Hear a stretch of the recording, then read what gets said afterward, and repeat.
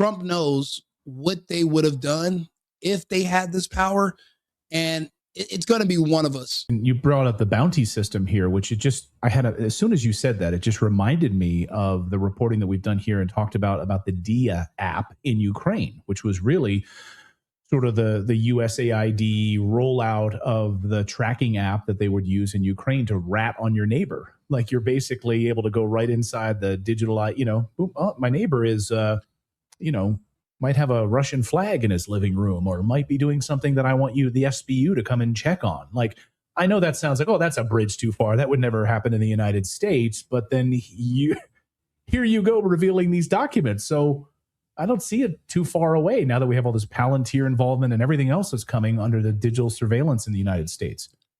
In an alternate timeline, the left was in charge of Palantir, and the left was in this position.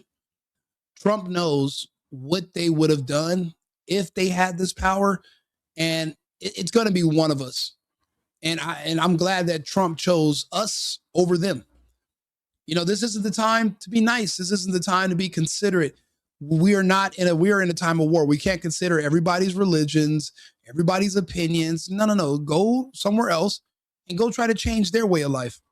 I don't see any of these people flooding Saudi Arabia talking about, we don't want Sharia law. You guys need to change that, in protesting. I don't see them doing it, or no other countries on earth.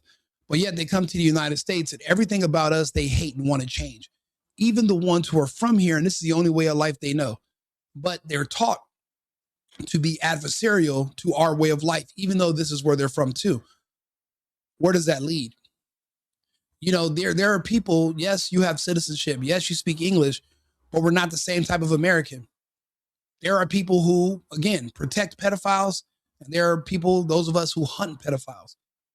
This coexistence where we have to humor your opinions on why pedophilia should be legal, those days have to come to an end. We've been barely coexisting for the past 50 years with people who we are so ideologically opposed, we cannot coexist peacefully.